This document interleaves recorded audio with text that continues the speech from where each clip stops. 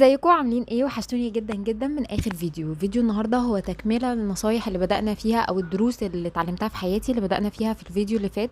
فلو انتوا لسه ما شفتوهوش هسيب لكم اللينك تحت في الديسكريبشن بوكس، فيا ريت تروحوا تشوفوه وتقولوا لي رأيكم. ما تخلونيش اطول عليكم، ويلا بينا نشوف الدروس اللي هنتعلمها في فيديو النهارده. ولو الفيديو فاتكم باي حاجه وباي نصيحه لقيتوا معلومه فادتكم، ما تبخلوش ان انتوا تخلوا حد تاني يستفيد.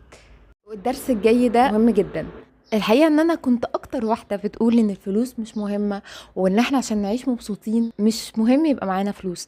بس الحقيقه اللي انا ادركتها ان احنا لا، الفلوس مهمه. معلش هي الوسيله الوحيده اللي ممكن توفر لك راحتك.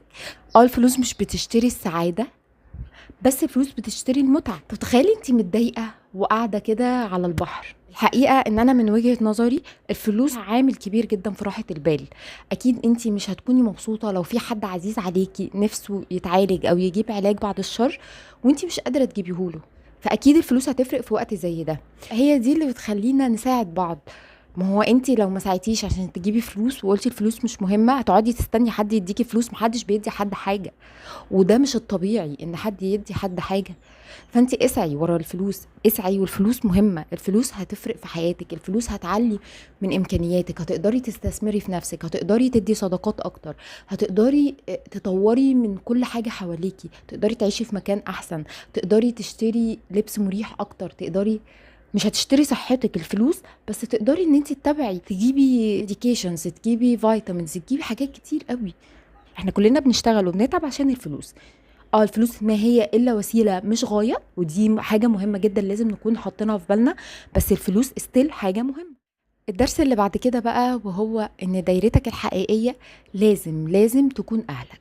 ما ينفعش ابدا نخلص حياتنا واحنا حوالينا ناس من اهم الناس في حياتنا، والناس اللي احنا التعامل معاهم اساسا هناخد ثواب فيه، وان احنا نضيعه في سوشيال ميديا، نضيعه في جري ورا ناس اساسا مش سائله فينا ومش شبهنا وما بتعملش حاجه غير ان هي بتاذينا.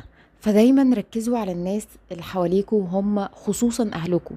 مهما كانوا الاهل في يوم من الايام مؤذيين او من وجهة نظركوا او سببوا لكوا اذى، اهلكوا هم الابقى.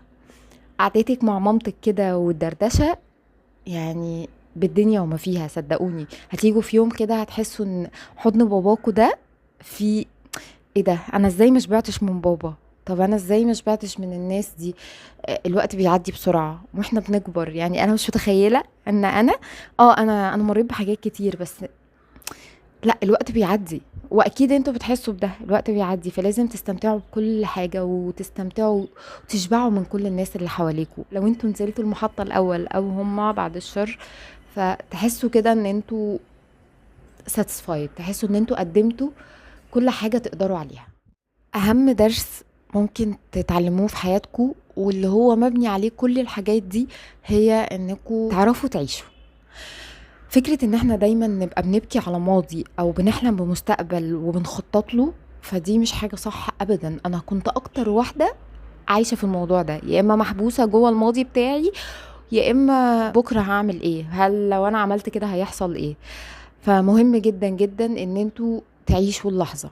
الماضي عدى وخلاص، ما هو الا درس اتعلمناه، يا ريت بس نتعلمه، ما نبقاش دماغنا مقفلة. المستقبل بايد ربنا. يعني لو جريت يا ابن ادم، لو جريت جري الوحوش لن رزقك لن تحوش. ما اعرفش بيقولوا ايه، بس ده هو يعني. الدرس اللي بعد كده وهو درس مهم جدا برضو من وجهة نظري، وهو ان الحقيقة ان مش كل المتاح مناسب لينا. هديكم مثال بسيط. يعني مثلا لو في سيل رهيب رهيب في المحلات، مثلا في البلاك فرايداي في سيل على كل حاجة، هل كل اللي في السيل احنا المفروض نشتريه؟ اكيد لا. يعني في حاجات كتير مش مناسبة لينا وما ينفعش نضيع عليها فلوسنا. تخيلوا بقى ان دي مش فلوس، تخيلوا ان الحاجة المتاحة دي بتضيعوا عليها عمركم. انتوا متخيلين؟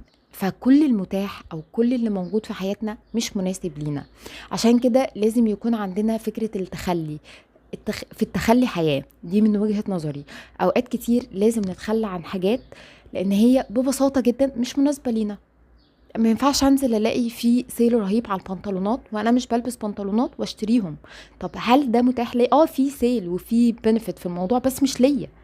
يعني مش انا المستفيده من الموضوع ده، لازم اكون واخده في بالي جدا ان مش كل المتاح مناسب ليا، لازم ادور على الحاجه المناسبه ليا عشان ما اجيش بعد كده اتصدم. ركزوا، ركزوا، مش هنعيش غير مره، ركزوا. الدرس اللي بعد كده بقى وهو مهم جدا برضو، ركزي في ورقتك ببساطه جدا.